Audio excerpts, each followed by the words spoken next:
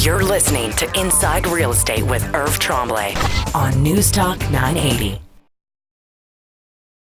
Irv, good to see you again. How you been? Great, Dave. How about you? Very good, very good.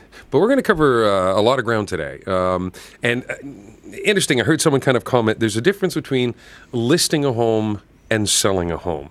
And we're going to talk about how to list a home so it sells. I think that's pretty important, Dave.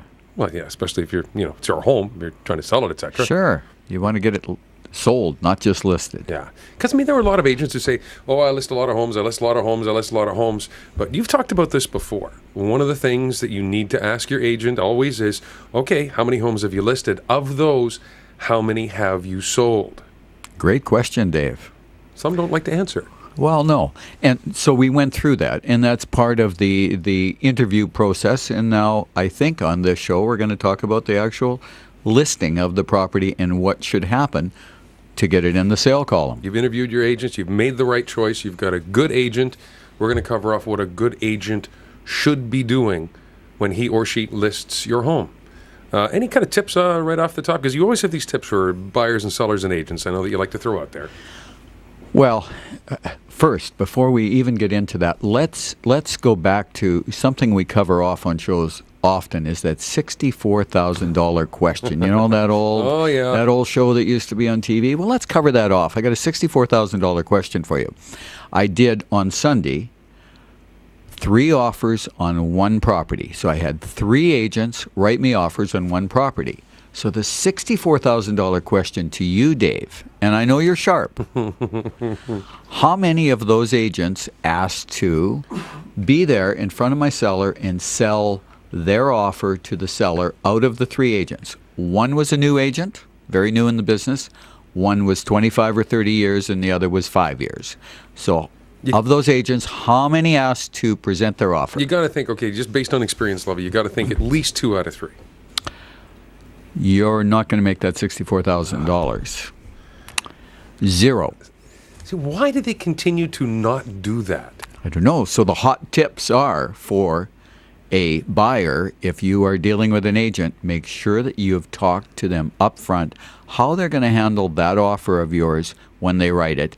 And please make sure you have in writing they're going to present it in person or attempt to. Mm-hmm.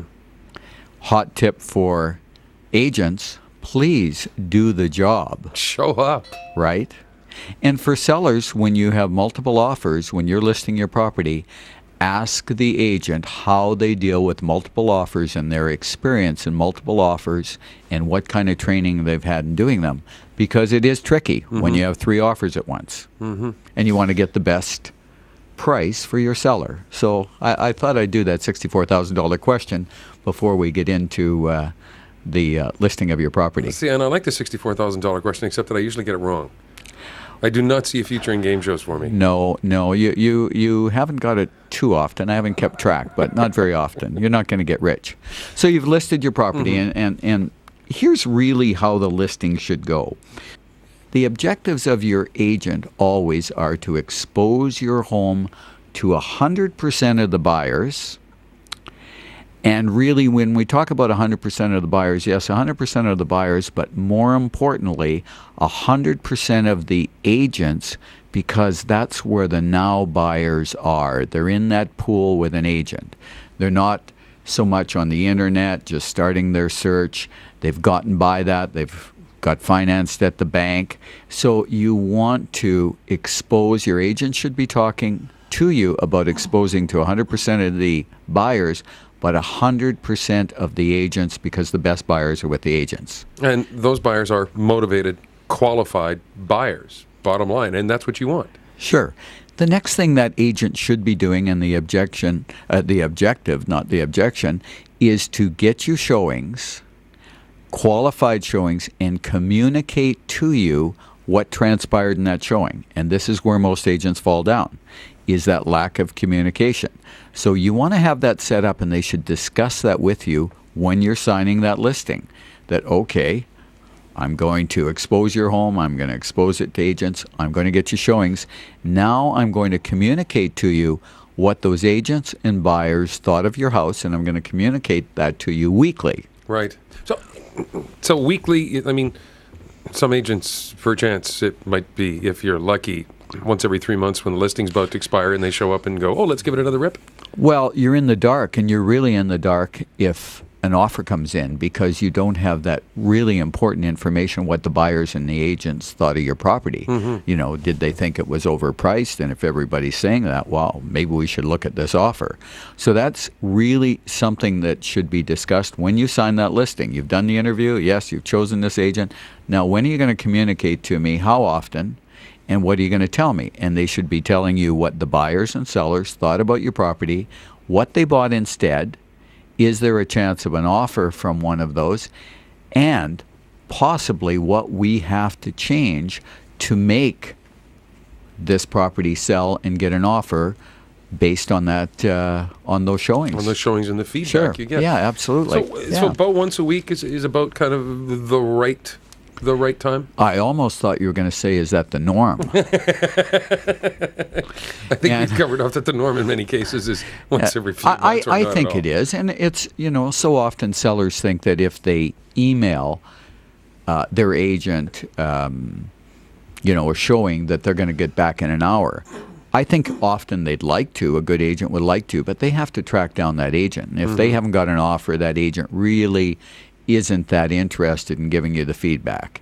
So it may take a week. And if you're getting that communication once a week, in my mind, that's good service. So, and that kind of covers off the showings that may have had, because you're trying to maximize those showing to qualified buyers, obviously, as that listing agent.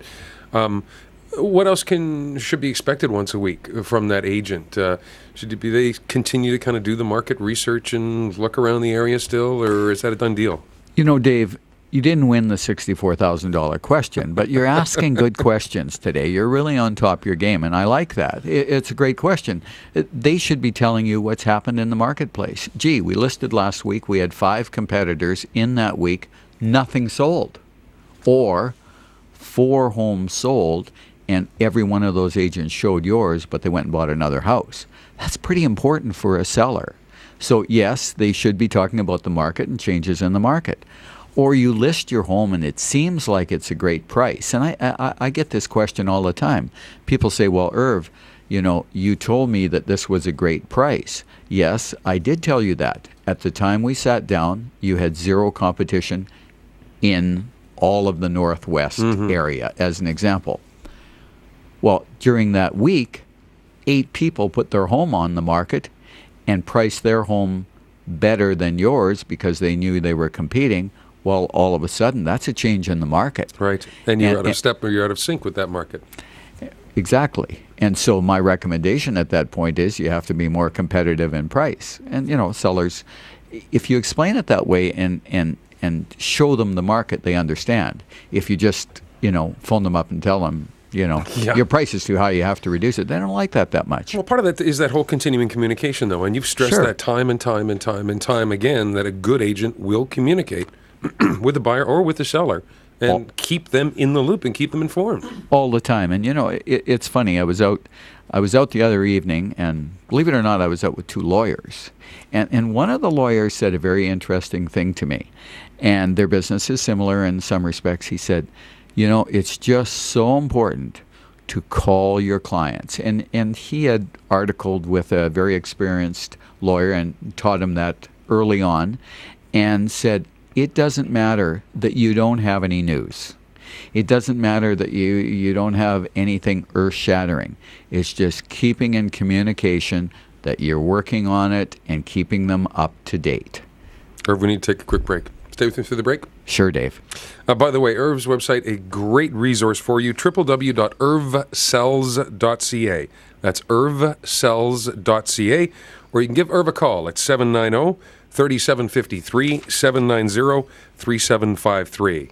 You're listening to Inside Real Estate with Irv Tremblay from Century 21.